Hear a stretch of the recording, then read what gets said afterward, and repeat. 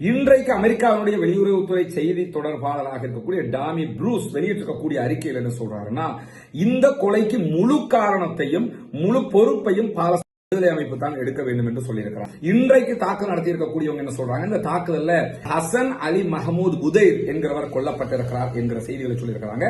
இந்த ஹசன் அலி மஹமூத் புதைர் கொல்லப்பட்டதை நாங்க அடையாளம் கண்டிருக்கிறோம் என்று சொல்லி இன்னைக்கு மொசாத் இஸ்ரேலுடைய உளவு பிரிவு தான் இந்த செய்தியை அறிவிச்சிருக்கிறாங்க. ஒரு மிகப்பெரிய சர்ச்சையான ஒரு செய்தியாக மாறி இருக்கக்கூடிய ஒண்ணுதான் காசாவில் இயங்கக்கூடிய செம்பிறை சங்கத்தினுடைய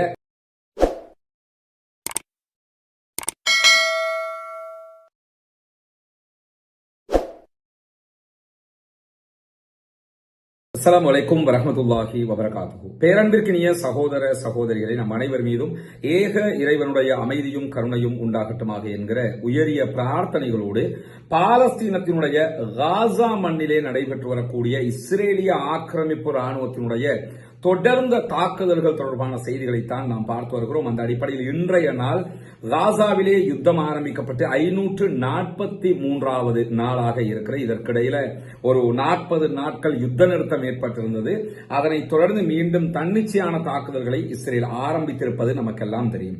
இன்றைக்கு வெளியாக இருக்கக்கூடிய செய்திகள்ல மிக முக்கியமான செய்திகள் பலது இடம்பெற்றிருக்கு. குறிப்பாக காசாவில் இருக்கக்கூடிய அனைத்து பேக்கரிகளையும் நாங்கள் மூடுகிறோம் என்று சொல்லி இன்றைக்கு பேக்கரி உரிமையாளர்கள் சங்கம் காசாவில் அறிவிச்சிருக்கிறாங்க. காரணம் என்னன்னா, பேக்கரியில தேவையான உணவுப் பொருட்களை தயாரிப்பதற்கான மாவு எரிபொருள் எதுவுமே கிடையாது. எனவே எந்த விதமான உணவு உற்பத்தியும் எங்களால் செய்ய முடியாது என்று சொல்லி இன்றைக்கு பேக்கரி உரிமையாளர்கள் சங்கம் அறிவித்திருக்கிறது என்கிற செய்திகள் வெளியாகி இருக்கிற அதே நேரம் இதுவரைக்கும் காசாவில் கொல்லப்பட்ட பத்திரிகையாளர்களுடைய மொத்த எண்ணிக்கை 209 உயர்ந்திருக்கிறது என்கிற செய்திகளும் இன்றைக்கு வெளியாகி இருக்கு. நமக்கு தெரியும், தொடர்ந்து காசாவில் செய்திகளை தரக்கூடிய உண்மையான செய்திகள் வெளியே வந்துவிடக் கூடாது என்பதற்காக அங்கிருக்கக்கூடிய பத்திரிகையாளர்கள் குறிவைக்கப்படுகிறார்கள். இன்றைக்கும் பாலஸ்தீனத்தினுடைய நார்த் காசா பகுதிகளில் அல் ஜசீராவினுடைய புகைப்பட பத்திரிகையாளர் கொல்லப்பட்டிருக்கிறார், ஷஹீதாகி இருக்கிறார் என்கிற செய்திகளுக்கு மத்தியில் மொத்தமாக 209 பேர் காசாவிலே ஊடகவியலாளர்கள் கொல்லப்பட்டிருக்கிறார்கள், ஷஹீதாகி இருக்கிறார்கள். இந்த ஊடகவியலாளர்கள் அதிகமானவர்கள் அல் ஜசீராவுக்குரியவர்கள், கிட்டத்தட்ட 175க்கு மேற்பட்டவர்கள் அல் ஜசீராவுக்குரியவர்கள் என்பதுதான் இங்கே கவனிக்க வேண்டிய முக்கியமான விவகாரம்.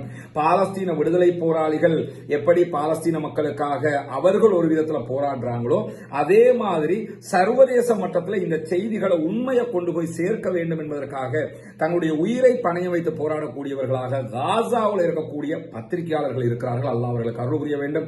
கொல்லப்பட்ட ஷஹீதான சகோதரர்கள் இணை வைக்காத பட்சத்தில் அவர்களுக்கு வல்ல ரஹ்மான் உயர்தரமான ஜன்னத்துல் ஃபிர்தௌஸை கொடுக்க வேண்டும் என்கிற கோரிக்கைகளோடு அல்லாஹ்விடத்தில் பிரார்த்தனை செய்து கொள்வதோடு இன்றைக்கு வெளியாக இருக்கக்கூடிய மேலதிகமான செய்திகள் எடுத்துக்கிட்டோம்னா, காசாவில் இருக்கக்கூடிய எந்த ஹாஸ்பிட்டல்லையுமே பெயின் கில்லர் மருந்துகள் கிடையாது என்கிற செய்திகள் வெளியாகி இருக்குது. இது ரொம்ப அதிர்ச்சியை உண்டாக்கக்கூடிய ஒரு செய்தியா இருக்கு. ஏன்னா பெயின் கில்லர் இல்லைன்னு சொன்னா எப்படி அவர்கள் தங்களுடைய வலியை தாங்குவார்கள் என்கிற கேள்வி இருக்குன்னா, குண்டு தாக்குதலில் தாக்கப்பட்டு வரக்கூடியவர்களுக்கு ஆபரேஷன் பண்ண வேண்டி வரும். அதே நேரத்தில் கை கால்களை இழந்து வருவார்கள். உடனடியாக பெயின் கில்லர் மூலமாகத்தான் அதை ஒரு மனிதனுடைய வலியை தாக்குப்பிடிக்க முடியும். ஆனால் வலியை தாக்குப்பிடிக்கிற அளவுக்கு உண்டான பெயின் கில்லர் மருந்துகள், வலியை நிறுத்துகிற நிவாரணிகள் எதுவுமே கிடையாது என்கிற அதிர்ச்சிகரமான செய்தி வெளியாகி இருக்கிறது. ஏற்கனவே நடந்த யுத்த காலத்தில் நமக்கு தெரியும், பெயின் கில்லரே இல்லாம தான் அத்தனை ஆபரேஷனும் செய்யப்பட்டு வந்தது. உச்சகட்ட கொடுமை.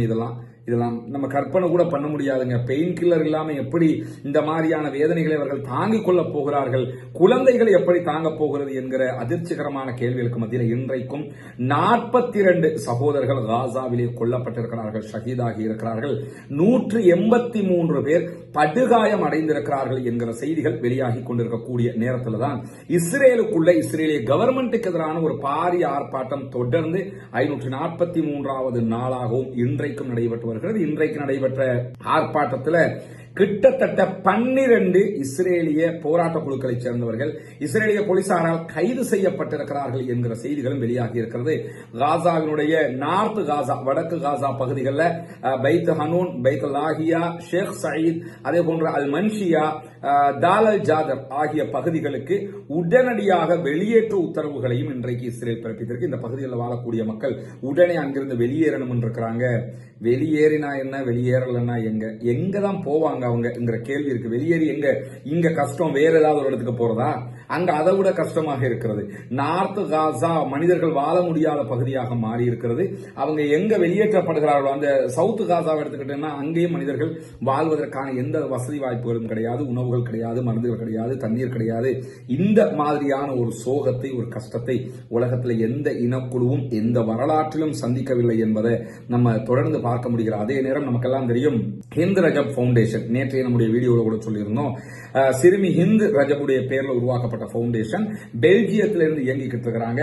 இஸ்ரேலிய ஆக்கிரமிப்பு ராணுவத்தினுடைய சோல்ஜர்ஸ் எந்த நாட்டுக்கு போனாலும் அவங்கள அந்த நாட்டில இருந்து வெளியேற்றுகிற சட்ட ரீதியிலான முனைப்பை எடுக்கக்கூடிய ஒரு சட்டக்குழு. உண்மையிலேயே எல்லா நாடுகளிலும் எல்லோரும் உருவாக்க வேண்டிய ஒரு சட்டக்குழு. இலங்கையில் ஆரம்பத்தில் இந்த இஸ்லாமியர்களுக்கு எதிரான இனவாதங்கள் துளிர் விடுகிற நேரத்தில் நம்முடைய சட்டத்தரணி ஷிராஸ் நூர்தீன் தலைமையில் ஒரு குழு அப்படி உருவாக்கப்பட்டிருந்தது. பிற்பட்ட நாட்கள் அது இல்லாம போயிடுச்சு. ஆனா உண்மையிலேயே அப்படியான சட்டக்குழுக்கள் ஒவ்வொரு நாட்டிலையும் இருக்கணும். ஏன்னா ஒரு பிரச்சனை வருகிற போது ஒரு தனி சட்டத்தரணியோ ஒரு தனி மனிதனோ எல்லாத்தையுமே செஞ்சிட முடியாது. ஒரு சட்டக்குழு இருப்பாங்கன்னு சொன்னா அந்த குழு உடனடியாக நீதிமன்றத்துக்கு ஏறி நீதி கேட்க வேண்டிய ஒரு நிலையாக அது மாற்றப்படணும். கிழக்கில் வாய்ஸஸ் மூவ்மெண்ட் செயல்பட்டு வந்தாங்க. இப்ப அவர்களுடைய செயல்பாடுகள் கொஞ்சம் குறைவடைந்திருப்பதை நம்ம பார்க்க முடியுது. இப்படி உருவாக்கப்பட்ட ஒரு பழம்பெரும் அமைப்பாக இருப்பவர்கள் தான் ஹிந்த் ரஜப் பவுண்டேஷன். ஹிந்த் ரஜப் பவுண்டேஷன் ஏற்கனவே இலங்கைக்கு வந்த இஸ்ரேலிய சிப்பாயை கூட வெளியேற்றியிருந்த நேரத்தில் தான் ருமேனியாவில் இருக்கக்கூடிய ஒரு இஸ்ரேலிய ராணுவத்தை சேர்ந்தவனை வெளியேற்றுவதற்குரிய ஏற்பாடுகளை செய்திருக்கிறார். அதே நேரம் இன்னைக்கு அவங்க வெளியிட்டிருக்கக்கூடிய அறிவிப்புல நாளைய தினம் இந்த வீடியோ நீங்க பார்க்கிற நேரத்தில் புதன்கிழமை ஹங்கேரிக்கு இஸ்ரேலிய பிரதமர் பெஞ்சமின் நெத்தன்யாகு ஒரு பயணம் மேற்கொள்கிறார். ஹங்கேரியினுடைய நீதிமன்றம் இதற்கு தடை விதிக்க வேண்டும், அவரை கைது செய்ய வேண்டும் என்கிற கோரிக்கையை விடுத்து சர்வதேச குற்றவியல் நீதிமன்றத்தில் அவங்க இன்னைக்கு வழக்கு தாக்கல் பண்ணியிருக்கிறாங்க. சர்வதேச குற்றவியல் நீதிமன்றத்தில் தாக்கல் செய்திருக்கக்கூடிய வழக்கில் ஹங்கேரியினுடைய சட்டமா அதிபர் உடனடியாக பெஞ்சமின் நெத்தன்யாகுவை கைது பண்ணுங்க அப்படின்னு சொல்லி ஆர்டர் போடணும், அவருடைய வருகையை தடுக்கணும். அது மட்டும் இல்லாமல் யூரோப்ல இருக்கக்கூடிய ரோம் சட்டமூலத்தில் கையெழுத்திருக்கக்கூடிய நாடுகள் பெஞ்சமின் நெத்தன்யாகுவினுடைய பயணத்திற்கு தங்களுடைய நாடுகளுடைய வான்வழியை வழங்கக்கூடாது என்கிற கோரிக்கையை விடுத்திருக்கிறார்கள். பொறுத்திருந்து பார்ப்போம் நாளைக்கு எந்த வழியில ஹங்கேரிக்குள்ள நெத்தன்யாகு நுழைகிறத தடுக்க முடிகிறதா, சர்வதேச நீதிமன்றம் இதில் தலையிடுமா இல்லையா என்பதை நாளைய தினம் தான் நாம் பார்க்க முடியும். இந்த நிலையில தான் ஒரு மிகப்பெரிய சர்ச்சையான ஒரு செய்தியாக மாறி இருக்கக்கூடிய ஒன்றுதான் காசாவில் இயங்கக்கூடிய செம்பிறை சங்கத்தினுடைய அதிகாரிகள் அல்லது செம்பிறை சங்கத்தினுடைய ஆட்கள் அழைத்து செல்லப்பட்டு அவர்கள் கொலை செய்யப்பட்டார்கள். குறிப்பாக 15க்கு மேற்பட்ட செம்பிறை சங்கத்தினுடைய ஊழியர்கள் அவங்க போன ஆம்புலன்ஸ் வைத்து கொல்லப்பட்டு ஆம்புலன்ஸோட புதைக்கப்பட்டிருந்தாங்க. அவங்க எங்க புதைக்கப்பட்டிருக்காங்கிறதெல்லாம் அல் ஜசீராவுடைய சனத் ஆய்வு பிரிவினுடைய சேட்டலைட் கண்டுபிடிப்புகளினூடாக அவங்க எங்க எந்த இடத்துல இருக்கிறாங்கிறத ஐடென்டிஃபை பண்ணப்பட்டு அவர்களுடைய ஆம்புலன்ஸ் மண்ணுக்குள்ள புதைக்கப்பட்டிருந்தது. 3 அல்லது 4 ஆம்புலன்ஸ்கள். அதுல இருந்து அத்தனை ஜனாசாக்களும் வெளியெடுத்து அவர்களை நல்லடக்கம் செய்கிற காரியங்கள் எல்லாம் நடைபெற்று வரக்கூடிய நேரத்தில் இந்த குற்றத்தை ஏற்கனவே பாலஸ்தீன விடுதலை அமைப்பு கடுமையாக கண்டித்திருந்த நேரத்தில் இன்றைக்கு அமெரிக்காவுடைய வெளியுறவுத்துறை செய்தி தொடர்பாளராக இருக்கக்கூடிய டாமி ப்ரூஸ் வெளியிட்டிருக்கக்கூடிய அறிக்கையில் என்ன சொல்றாருன்னா, இந்த கொலைக்கு முழு காரணத்தையும் முழு பொறுப்பையும் பாலஸ்தீன விடுதலை அமைப்பு தான் எடுக்க வேண்டும் என்று சொல்லியிருக்கிறார். ஏன்னா அவங்க சமாதானத்துக்கு வரலங்கிறதுனாலதான் இந்த கொலைகள் நடந்துகிட்டு இருக்குது அப்படிங்கிறாங்க. அவங்க பணைய கைதிகளை விடுதலை பண்ணிட்டாங்கன்னா நாங்க சொல்றதை அவங்க கேட்டுக்கிட்டாங்கன்னு சொன்னா எந்த பிரச்சனையுமே இல்ல. மொத்தத்தில் என்ன செய்யணும்னா நீங்க சொல்றதை கேட்டுக்கிட்டு அடிமையாக இருக்கணும். இல்லன்னு சொன்னா நாங்க யாருன்னாலும் கொள்ளுவோம், கொன்றாலும் கொன்றது நாங்களாக இருக்கும், ஆனா பழிய நீங்க ஏத்துக்கிறணும். உலகத்துக்கே தெரியும் இதை கொன்றது இஸ்ரேலிய ஆக்கிரமிப்பு ராணுவம் என்று சொல்லி அவர்களும் அதை ஒத்துக்கொண்டிருக்கிறார்கள். 15க்கு மேற்பட்டவர்கள் கொல்லப்பட்டு புதைக்கப்பட்டார்களா அல்லது உயிரோடே புதைக்கப்பட்டார்களா என்கிற கேள்விகள் எல்லாம் இருக்கக்கூடிய நேரத்தில் இந்த 15 பேரை இஸ்ரேல் கொன்றது உண்மைதானா, ஆனா அதுக்கு பொறுப்பெடுக்கணும் யாருன்னு கேட்டா பாலஸ்தீன விடுதலை அமைப்பு என்கிற ஒரு ஈனத்தனமான ஒரு அறிக்கை இன்றைக்கு டாமி ப்ரூஸ் என்கிற அமெரிக்காவுடைய வெளியுறவு செயலர் ஊடகங்களுக்கு பேசியிருக்கிறார். காரணம் என்னன்னா, நாங்க சொன்ன மாதிரி பாலஸ்தீன விடுதலை அமைப்பு கேட்கறாங்க இல்ல, உலகத்துல என்ன சொல்ல வர்றாங்கன்னா நாங்க ஆளுவோம், நீங்க அடிமையாக இருங்க. அதிலும் நவீன இந்த 2025 கூட நீங்கள் காசா மக்கள் அடிமையாக இருக்க வேண்டும், அதை எதிர்த்து போராடினால் நாங்கள் செய்கிற எல்லா குற்றங்களுக்கும் நீங்கள் தான் பொறுப்பு என்று சொல்லி குற்றமும் சாட்டுவோம் என்பதுதான் அவர்களுடைய வளமையாக இருக்கிறது என்கிறத நம்ம இதுல பார்க்க முடியுது. வல்ல ரஹ்மான் அவர்களை கைவிடப் போவதில்லை. அல்லாஹ்வினுடைய நம்பிக்கையில் அவர்கள் போராடுகிறார்கள். இன்ஷா அல்லாஹ் வெற்றி கிடைக்கும் என்கிற நம்பிக்கையில் தான் அவர்களுடைய முயற்சிகள் தொடர்கிறது. பொறுத்திருந்து பார்ப்போம். இதே நேரத்தில் இன்றைக்கு அமெரிக்காவினுடைய காங்கிரஸ்ல இஸ்ரேலுக்கு ஆயுதங்கள் கொடுப்பதற்கு எதிரான ஒரு சட்டமூலத்தை, ஒரு மசோதாவை அங்க இருக்கக்கூடிய 2 பெண் உறுப்பினர்கள் கொண்டு வந்திருக்கிறார்கள். குறிப்பாக பிரமிளா ஜெயபால் அதே போன்று ரஷீதா தையீப் ஆகிய 2 பேரும் தான் இந்த மசோதாவை கொண்டு வந்திருக்கிறாங்க. இந்த மசோதாவில் அவங்க கொண்டு வந்திருக்கக்கூடிய மிக முக்கியமான செய்திகள் என்னன்னு கேட்டா 2000 பவுண்ட் கிட்டத்தட்ட 907 கிலோகிராம் பெறுமதியான 35,000க்கு மேற்பட்ட குண்டுகளை இஸ்ரேலுக்கு அமெரிக்கா விற்க போறாங்க. ஒரு குண்டு 907 கிலோகிராமாக இருக்கும். 2000 பவுண்டு வெடி மருந்துகள் இருக்கும். அதுக்குள்ள இதுல 35,000க்கு மேற்பட்ட குண்டுகளும் 1000 பவுண்டு இருக்கக்கூடிய 5000 குண்டுகளும் விற்பனைக்கு தயாராகி கொண்டிருக்கு. அதே போன்று புல்டோசருக்கு தேவையான உபகரணங்களும் வழிகாட்டல் சாதனங்களும் விற்பனைக்கு அமெரிக்கா கொடுக்க இருக்கிறாங்க இஸ்ரேலுக்கு. இதை தடுக்கும் விதமாகத்தான் காங்கிரஸ்ல இந்த தீர்மானத்தை அவங்க கொண்டு வர போறாங்க. என்னை பொறுத்தவரை காங்கிரஸ்ல இந்த தீர்மானம் வெற்றி பெறாது, கண்டிப்பாக தோல்வி அடையும். ஏன்னா டொனால்டு டிரம்பினுடைய ஆட்சிக்கு கீழே இருக்கக்கூடியவங்க இதுக்கு எதிராகத்தான் வாக்களிக்க போறாங்க. தீர்மானம் ஃபெயிலியர் ஆக போகுது. ஆனாலும் ஒரு தீர்மானம் கொண்டு வரப்பட்டிருக்கு. இதை நம்ம பார்க்கணும். 35,000 குண்டுகள் 905 கிலோ பெறுமதியான குண்டுகள்னா அப்ப எத்தனை ஆயிரம் கிலோ வெடி மருந்துகள் அதுல இருக்க போகுது. காசா என்ன ஆகும் இதெல்லாம் போடப்பட்டாங்கிற கேள்விகள் இருக்குது. ஆல்ரெடி 1,00,000 டன்னுக்கு மேல குண்டுகள் அங்கே போடப்பட்டிருக்கிறது. கற்பனை கூட பண்ண முடியாது. உலகத்துல 2ஆம் உலக மகா யுத்தத்தில் கூட இப்படியான குண்டுகள் உலகம் முழுவதும் போடப்படவில்லை. அப்படி உலகம் முழுவதே போடப்படாத குண்டுகள் ஒரே ஒரு சிறிய நிலப்பரப்புக்குள் போடப்பட்டுக் கொண்டிருக்கிறது. அதற்கு அமெரிக்கா தான் முழு துணை போகிறார்கள். அதை தடுக்கும் விதமாகத்தான் இந்த மசோதா கொண்டு வரப்பட இருக்கிறது. பொறுத்திருந்து பார்ப்போம் இந்த மசோதாவினுடைய நிலை எப்படி இருக்க போகிறது என்பதை. அது மட்டுமல்லாமல் வடக்கு காசாவிலிருந்து இன்றைக்கும் இஸ்ரேலை நோக்கி ஏவுகணை தாக்குதல்கள், ராக்கெட் தாக்குதல்கள் நடத்தப்பட்டிருக்கிறது என்கிற செய்திகள் வெளியாகி இருக்கு. குறிப்பாக 8 ராக்கெட் தாக்குதல்கள் வடக்கு காசாவினுடைய பகுதிகளில் இருந்து ஏவப்பட்டிருக்கிறது. இஸ்ரேலுடைய ஸ்கடரோத், அதே போன்று காசா ஒட்டி இருக்கக்கூடிய இபிம், அதே போன்று ஓர் ஹானன் ஆகிய பகுதிகள் மீதுதான் இந்த தாக்குதல்களை நடத்தி இருக்கிறார்கள். இந்த தாக்குதல்கள் பாலஸ்தீன விடுதலை அமைப்பினுடைய துணை ராணுவ குழு பொறுப்பெடுத்திருக்கிறது. நாங்கள் தான் தாக்குதல் நடத்தி இருக்கிறோம் என்று சொல்லி நேற்று நமக்கு தெரியும். மர்காவா டேங்க் அட்டாக் பண்ண தயாராயிட்டாங்க. இன்றைக்கு அடுத்த கட்ட தாக்குதல்களை அவர்கள் நடத்த ஆரம்பித்திருக்கிறார்கள். வான்வழி தாக்குதல்களை நடத்த ஆரம்பித்திருக்கிறார்கள் என்கிற செய்திகளுக்கு மத்தியில் தான் தொடர்ந்து வான்வழி தாக்குதல்களை இஸ்ரேல் காசா மேல நடத்தி வருகிறது. அந்த அப்பாவி மக்களை கொன்று குவித்து வருகிறது என்கிற நிலையில திடீரென்று இன்றைக்கு லெபனானுடைய பெய்ரூத்தினுடைய பகுதிகள் மீதும் இஸ்ரேல் தாக்குதலை நடத்தி இருக்கிறது. குறிப்பாக பெய்ரூத்ல ஹெஸ்புல்லாக்களுடைய கோட்டை என்று வர்ணிக்கப்படக்கூடிய தஹியே மேலதான் தாக்குதல் நடத்தி இருக்கிறது. தஹியிலிருந்து ஒரு கட்டிடத்தின் மீது அவங்க தாக்குதல் நடத்தி இருக்கிறாங்க. பாரிய குண்டு தாக்குதலாக இது இடம்பெற்றிருக்கிறது. தொடர்ந்து 3வது நாளாக இந்த தஹியே பகுதிகளில் இஸ்ரேல் தாக்குதல்களை நடத்தி வருகிறது. ஏற்கனவே ஹெஸ்புல்லாக்களுக்கும் இஸ்ரேலுக்கும் இடையில, ஹிஸ்புல்லாக்கள் என்றால் லெபனான் கவர்மெண்ட்டுக்கும் இஸ்ரேல் கவர்மெண்ட்டுக்கும் இடையில ஒரு சமாதான உடன்படிக்கை இருக்கிறது. அதை கடைபிடிச்சிட்டு வர்றோம் என்று சொல்லி தொடர்ந்து ஹிஸ்புல்லாக்கள் சொல்லி வருகிற நேரத்தில் தான் இந்த தாக்குதல்கள் நடத்தப்பட்டிருக்கிறது. ஏற்கனவே மார்ச் 28ஆம் தேதி இஸ்ரேல் சார்பாக ஹிஸ்புல்லாக்களுடைய ட்ரோன் தயாரிப்பு நிறுவனம் என்று சொல்லப்படக்கூடிய ஒரு கட்டிடத்தின் மீது தாக்குதல் நடத்தினாங்க. அங்க எந்த ட்ரோனுமே தயாரிக்கல. அது பொதுமக்கள் குடியிருக்கக்கூடிய ஒரு பகுதியாக இருந்தது. இந்த நிலையில தான் இன்றைக்கு தாக்குதல் நடத்தி இருக்கக்கூடியவங்க என்ன சொல்றாங்க, இந்த தாக்குதல்ல ஹசன் அலி மஹமூத் புதைர் என்கிறவர் கொல்லப்பட்டிருக்கிறார் என்கிற செய்திகளை சொல்லியிருக்கிறாங்க. இந்த ஹசன் அலி மஹமூத் புதைர் கொல்லப்பட்டதை நாங்கள் அடையாளம் கண்டிருக்கிறோம் என்று சொல்லி இன்னைக்கு மொசாத் இஸ்ரேலுடைய உளவு பிரிவு தான் இந்த செய்தி அறிவிச்சிருக்கிறாங்க.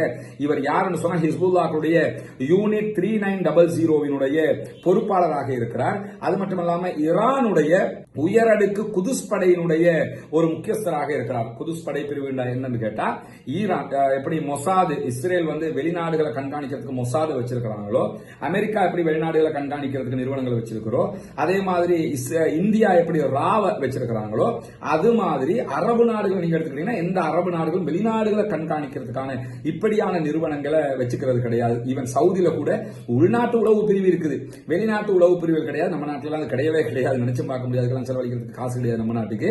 அப்படி ஒரு தேவையும் நம்ம நாட்டுக்கு கிடையாது. அப்படி இருக்கிற போது ஈரான் என்ன பண்றாங்கன்னா, குதுஸ் என்கிற ஒரு படைப்பிரிவை வச்சிருக்கிறாங்க. அதே போன்ற அக்ஸா என்கிற ஒரு தனிப்படை பிரிவு வச்சிருக்கிறாங்க. இதுவெல்லாம் என்ன பண்ணுவாங்கன்னா, வெளிநாடுகளை கண்காணிக்கக்கூடிய ஒரு படைப்பிரிவாக இந்த குதுஸ் படைப்பிரிவுடைய உயரடுக்கு அதிகாரிகளில் ஒருவராகவும் ஹசன் அலி மஹமூத் புதைர் அவர்கள் செயல்பட்டார்கள் என்று சொல்லப்படுகிறது. ஆனால் இதுவரைக்கும் ஹெஸ்புல்லாக்கள் ஹசன் அலி மஹமூத் புதைர் கொல்லப்பட்டதாகவோ அந்த தாக்குதல் என்ன நடந்தது என்கிறது தொடர்பான எந்த அறிக்கைகளையும் வெளியிடவில்லை. இருந்தாலும் ஹிஸ்புல்லாஹ்வுடைய தற்போதைய தலைவர் பொதுச் செயலாளராக இருக்கக்கூடிய நாயிம் காசிம் அவர்கள் 2 நாட்களுக்கு முன்பதாக வெளியிட்டிருந்த அறிக்கையில தொடர்ந்து வரம்பு மீறி கொண்டு கொண்டே இருந்தால் நாங்கள் இஸ்ரேல் மீது தாக்குதல்களை நடத்துவோம் என்கிற செய்திகளை சொல்லியிருந்தாங்க.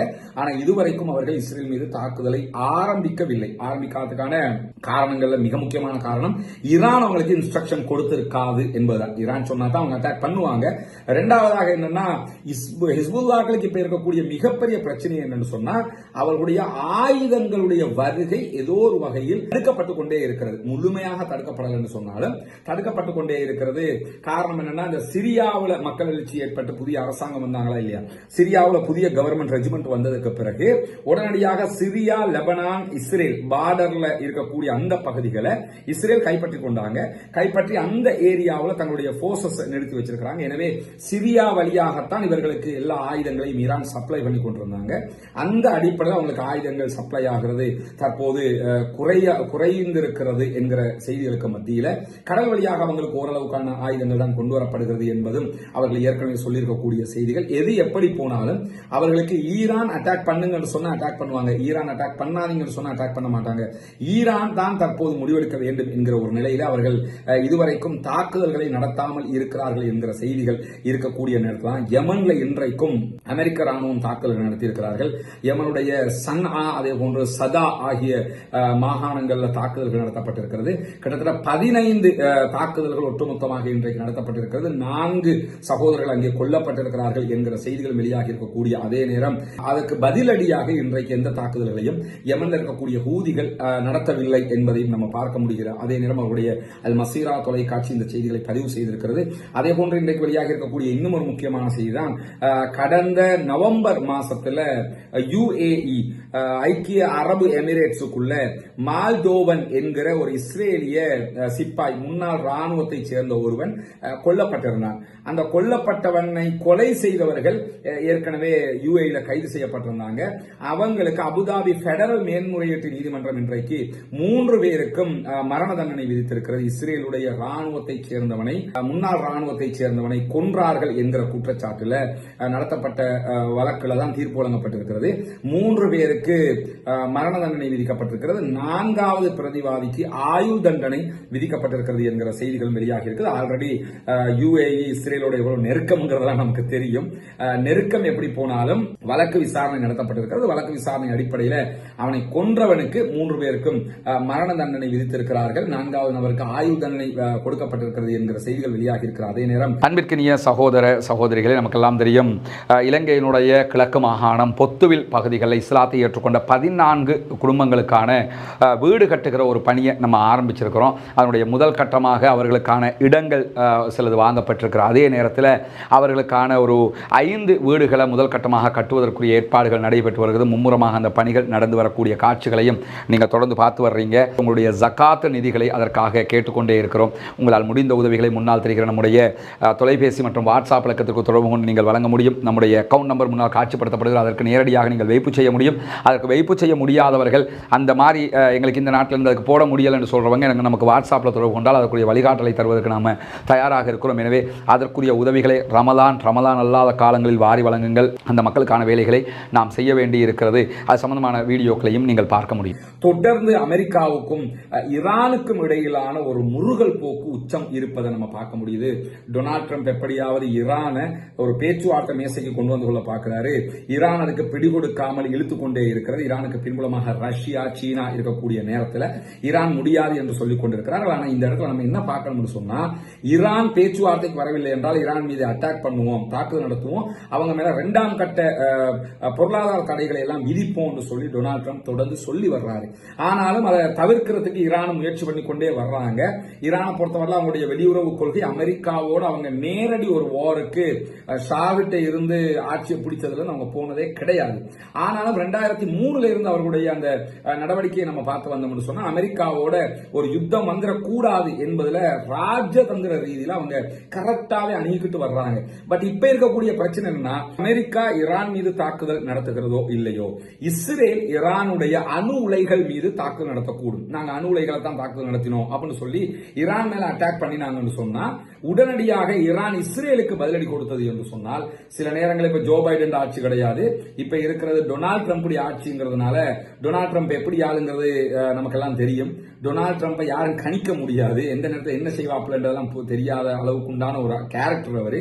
திடீரென்று இஸ்ரேலுக்கு ஆதரவாக இஸ்ரேல் ஆரம்பிக்கிற இந்த யுத்தத்தை அமெரிக்கா தொடர்வதற்கும் வாய்ப்பு இருக்கிறது என்று சொல்லி இன்றைக்கு ஜார்ஜ் வாஷிங்டன் பல்கலைக்கழகத்தினுடைய சர்வதேச விவகாரங்களுக்கான துணை பேராசிரியராக செயல்படக்கூடிய ஷினா அஷோடி அவர்கள் தெரிவித்திருக்கக்கூடிய கருத்துக்களையும் அல் ஜசீரா தொட்டு காட்டியிருக்கிறது. எனவே எந்த நேரத்திலும் ஈரானோடு அமெரிக்காவினுடைய ஒரு முருகல் நிலை, ஒரு யுத்தம் ஏற்படலாம். அந்த யுத்தத்தை இஸ்ரேல் தொடங்கி வைக்கலாம் என்கிற நிலைகளும் இருக்கிறது. பொறுத்திருந்து பார்ப்போம் என்னவெல்லாம் நடக்கிறது என்பதை. நிறைய சகோதரர்கள் மியான்மர்ல என்ன நடக்கிறது என்கிற கேள்விகளை கேட்டுக்கிட்டு இருக்கிறீங்க. அதே மாதிரி டர்க்கி சம்பந்தப்பட்ட கேள்விகளையும் கேட்டுக்கிறீங்க. நோன்பையொட்டிய சில பணிகள் இருந்த காரணத்தினால சில வீடியோக்கள் நமக்கு போட முடியல. இன்ஷா அல்லாஹ் நாளை முதல் நிறைய இது தொடர்பான சர்வதேச விவகாரங்களை தொடர்ந்து நம்ம பேச இருக்கிறோம். நாளை முதல் அந்த வளமையான வீடியோ வடிவத்திலும் அந்த வீடியோக்கள் வரும். அதற்காக பொறுத்துக் கொள்ளுங்கள் இன்ஷா அல்லாஹ். தொடர்ந்தும் இணைந்திருங்கள். நம்முடைய ரஸ்மினம்மாயசி நியூஸ் மற்றும் ரஸ்மினம்மாயசி அப்டேட்ஸ் ஆகிய 2 சேனல்களையும் சப்ஸ்கிரைப் செய்யாத சகோதரர்கள் சப்ஸ்கிரைப் செய்து கொள்ளுங்கள். டெலிகிராம் சேனல்ல இணையாதவங்க அதிலையும் இணைஞ்சுக்கிறோங்க. வாட்ஸ்அப் சேனல்ல இணையாதவர்கள் அதிலும் இணைந்து கொள்ளுங்கள். வாட்ஸ்அப் மற்றும் டெலிகிராம் சேனலுடைய லிங்க் நம்முடைய பேஸ்புக்குடைய முகப்பு பக்கத்திலும் இருக்கிறது. அதே போன்று இந்த ஒவ்வொரு வீடியோலையும் கீழே டிஸ்கிரிப்ஷன்லையும் நம்ம கொடுத்திருக்கிறோம். எனவே அதிலும் இணையாதவர்கள் இணைந்து கொள்ளுங்கள். பாலஸ்தீனம் வெற்றி பெற வேண்டும், பாலஸ்தீனம் சுதந்திரம் அடைய வேண்டும், பாலஸ்தீன மக்கள் நம்மை போன்ற நிம்மதியானவர்களாக மாற வேண்டும் என்கிற உயரிய பிரார்த்தனைகளோடு பாலஸ்தீன மக்களுக்காக ஜனநாயக ரீதியாக குரல் எழுப்புவோமாக. வாஹ்ரு தஅவானா அல்ஹம்துலில்லாஹி ரப்பில் ஆலமீன்.